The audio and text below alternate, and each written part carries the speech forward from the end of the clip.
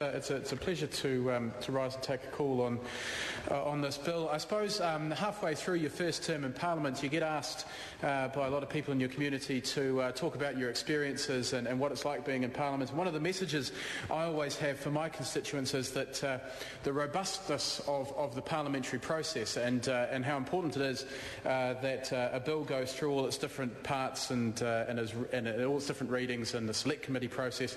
And I think this is one of those cases, Mr. Chair, when we've seen a bill which Labor opposed at its first reading, but it's gone to select committee, and after some sensible discussion, and I know Mr. Peachy acknowledged Trevor Mallard and his role in sensibly discussing different aspects of the bill, has come back to something which now the Labor Party can actually support. The previous speaker referred to some of the more minor amendments and compared them with some of the more major ones, and he said that let's see. Sorry, I've just lost my place here for a second, Mr. Chair. There we go. That. Section 15, which refers to the registration and inspection of private schools, was fairly minor. I don't know that it's that minor, Mr. Chair. I would say the replacement of a colon with a semicolon is minor, and the introduction of a hyphen is fairly minor. Although with a hyphenated surname myself, I think a hyphen is fairly important, and I hope that everybody remembers to get that one in there. But actually, Section 15 refers to an amendment to Section 35A, which is amended essentially to bring private schools into line with the practice for state schools, and that is to make changes to Section 35A 9.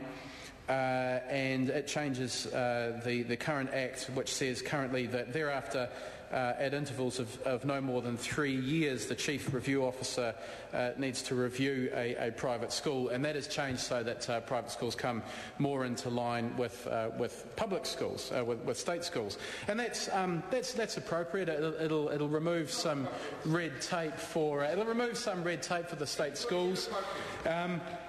But I think it is actually quite important in an environment where the government has significantly increased the public funding to state schools. It is still important that we pay, to private schools. Sorry, thank you, Mr. Mallard. Not to state schools at all. Actually, that was a bit of a slip of the tongue.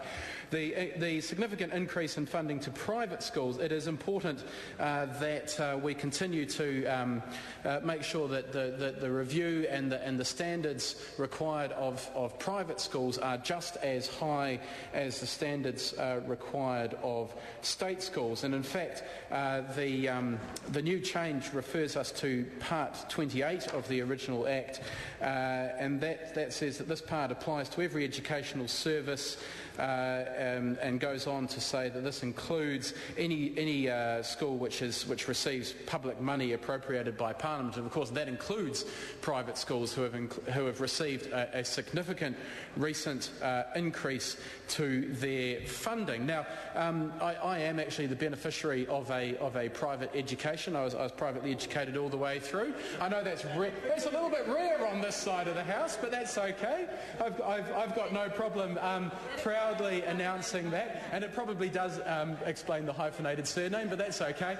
But no, it was definitely King's College, a very masculine name, Mr. Mallard.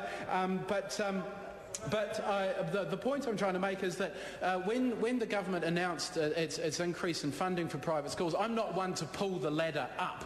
I was quite interested to see what the effect would be of the government's increase of funding to state schools. But of course, what we've actually seen, private schools. Sorry, it's getting late. The effect has actually been that none of the private schools have actually decreased their fees. It hasn't increased the availability of a private education to people in New Zealand. They've seen that as a catch-up on the past, and the fees have continued to go up. So it hasn't actually increased the availability whatsoever, which I think, and the Minister might want to take a call on this, was the original intention of that additional funding that was made available to the private schools. But all it's really done is left a gap in the potential funding that could have been available to state schools.